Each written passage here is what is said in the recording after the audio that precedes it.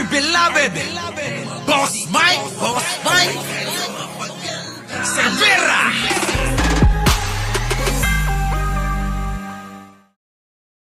Yung magandang umaga, magandang hapon at magandang gabi sa dako ng mundo naroon kayo. Siyempre, magandang buhay na rin para sa ating lahat. Eto na nga mga kababayan ha, eto na, oo. Etong si Roque, kakadada, abay pinahihinto na ng mga mismong kakampi niya sa kakabunganga niya. Naloko na. Diba? Kasi nakakairita na rin eh. Naririndi na rin. Ultimo kasama, naririndi sa bunganga niya. Naloko na. Oh, eto na nga. Pasok!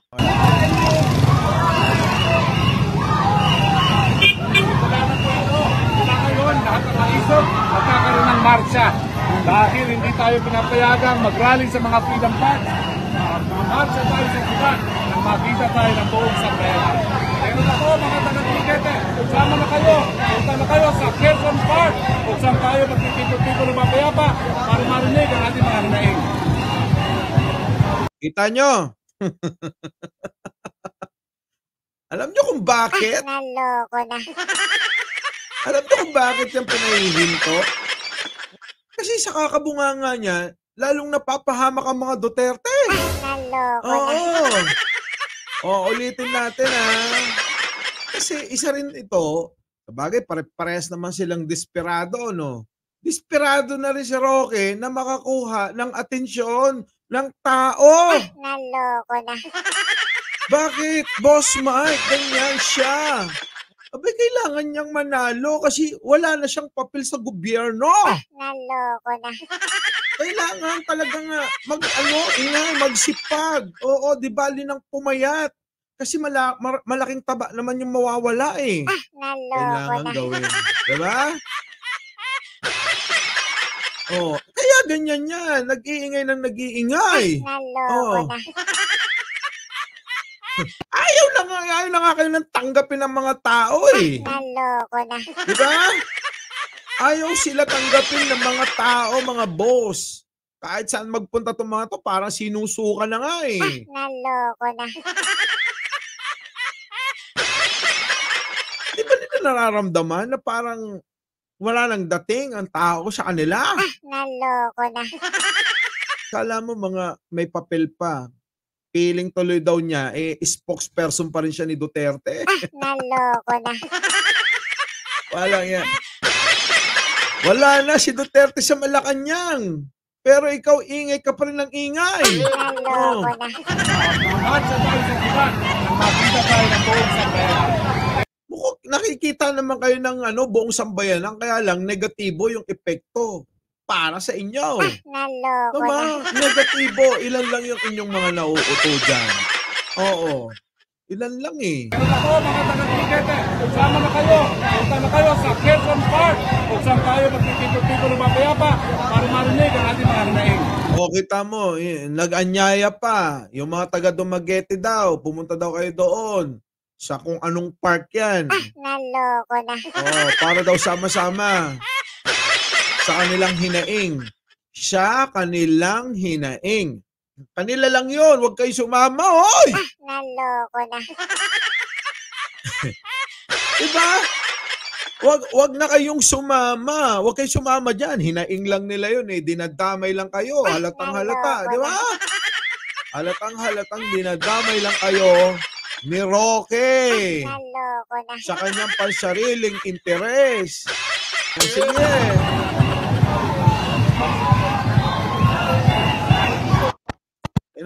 Kita mo, dami nagbibideo. Naloko na.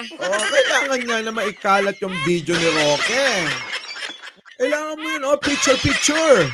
Roque talaga, Kaya ito, alam nyo mga kababayan, sinusuka na talaga, Grabe naman kasi, Tingnan nyo to. Siya pa. Sino kami? Kami ang sumusuporta sa gobyerno. Naloko na. Sino ka? Diba? Sino ka? Ikaw ang sinusuka ng mga kasama mo. Naloko na. Pasok! Bilang mga bombero. Mga kapulisan, darating ang presidente na nagdoble ng inyong sahod. Presidente Rodrigo Roa Duterte. Oh, kita nyo magbunga nga ito, kaya inis na inis yung mga kakampi niya. Naloko na. Sinukak sila. Oo, lahat na nga sila sinusuka dahil kay Roque. Naloko na. Sige, pasok! Oo. Ang mga kasundaluhan, darating ang inyong presidente na nagdoble na inyong sahod. Bibisitahin kayo, kakamustahin kayo, pasasalamatan kayo dahil binibigyan nyo ng proteksyon ang mga sambayanan na naninindigan sa kanilang karapatan dito sa Negros, dito sa Dumaguete. Kita mo yung pasimpleng pasimpleng panghihikayat ni si Roque. Naloko na. Grabe. Diba? Oh, siya yung nagpaano sa inyo. Nanulumbat na. Naloko na. Pansin nyo ba? Nanunumbat na. Oh, para kay kay Digong, ha? Na siya yung nagpataas ng sweldo nyo. Naloko Oh. na. Si Roque, galing din magaling to eh. Magaling mag-shape ng mga sinasabi. Si si Alvarez. Napanood nyo ba si Alvarez? Ayun, nagmamakaawa na. Naloko na. Safe ito si Roque. Dumaguete. Bongbong, wala pa nagagawa. O isa pa yon, merong doon nagga-gaslight. Si Bongbong, wala pang nagagawa. Naloko na. Pag di ba naman, mahina talaga mga ulo ng mga ito. Gagalit yung mga kapwa neto, mga kapwang sumusuporta kay Digong. Di ba? Naloko na. Hindi niya pa nadagdagan. Oo, sige nga, susugan mo nga yan. Naloko Susugan mo na. nga, Roque, yung sinasabi nung nung Alipores mo na wala pang nagagawa ang Pangulo. Sige nga, pansinin nyo kung sususugan niya, ha? Naloko na. Pansinin mo. Ikaw. Pag hindi mo pinansin yan. Sige, pasok. Susugan mo, Roque, ha? Dito sa Negros, dito sa Dumaguete. Bongbong, wala pa nagagawa. Wala. Susugan mo na, Roque. Tawa lang yung sinasabi mo, eh. Game. Hindi niya pa nadagdagan sweldo na. Kita mo? Wala siya masabi doon sa walang nagagawa kasi alam niya maraming nagawa ang Pangulong Bongbong Marcos na. Diba? Sige, Roque, sabayan mo. Mga kababayan natin. Alam niyo ba ang nangyari kanina? Wala! Hindi niya masagot! Hindi masagot ni Poke! Ay, Poke. Naloko na. Ang bastos ng boss. Hindi, namali lang ako. Roque, si Roque. Sorry. Naloko na. Sorry naman, hindi naman sinabi. Sabi niya doon sa nagsalita. Isip-isip niya, isa pa tong bobo. Naloko na.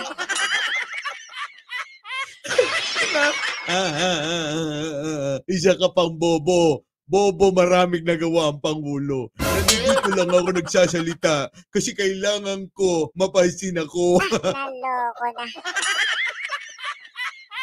Ang nangyari kanina sa Senado. Kita nyo, inano niya na yung nangyari sa Senado. Hindi na yung hindi niya na sinagot yung, walang nagawa si Bongbong Marcos. Naloko na.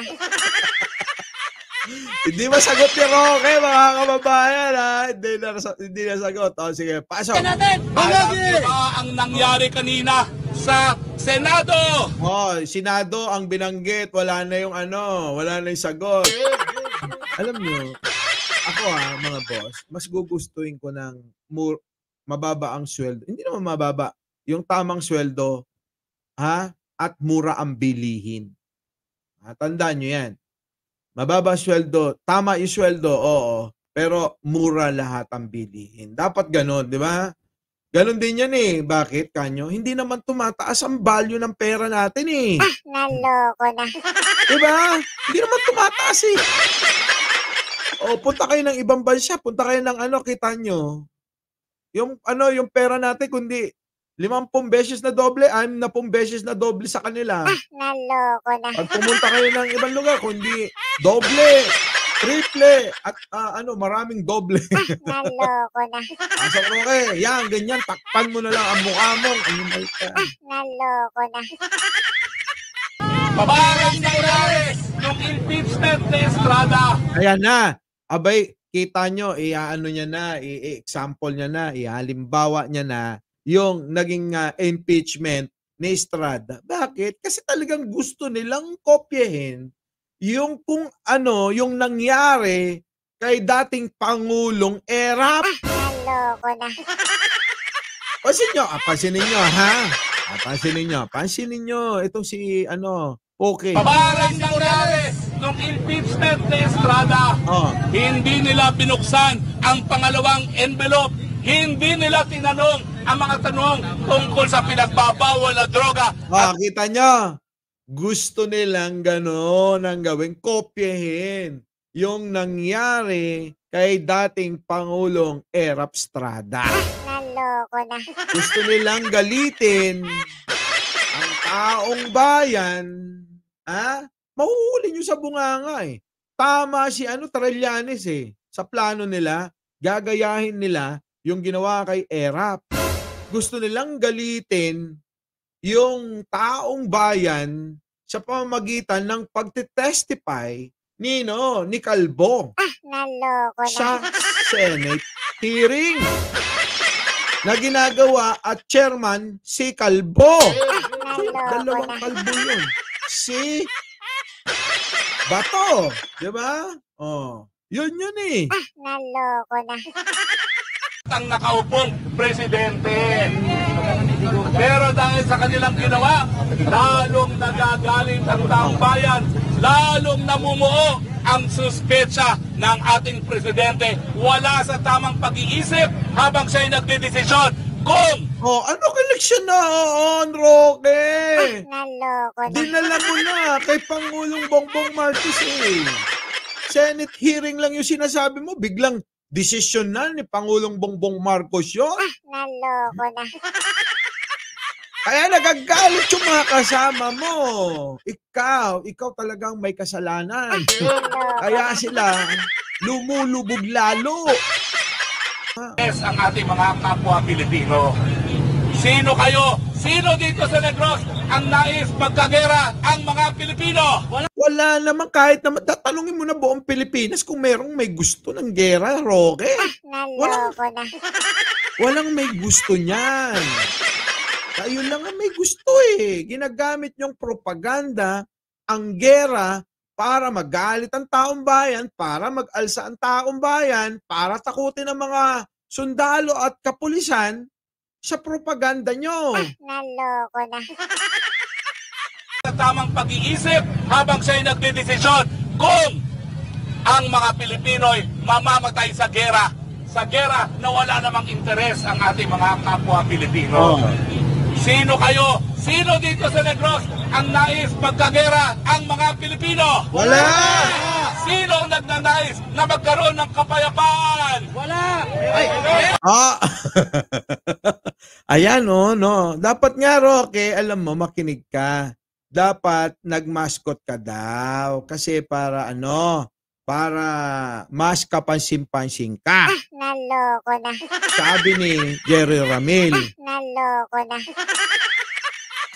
Eto na. Eto na ha.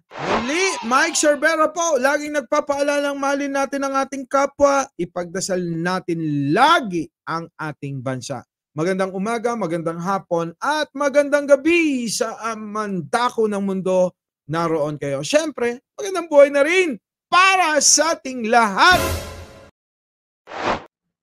Our beloved Boss Mike Cervera.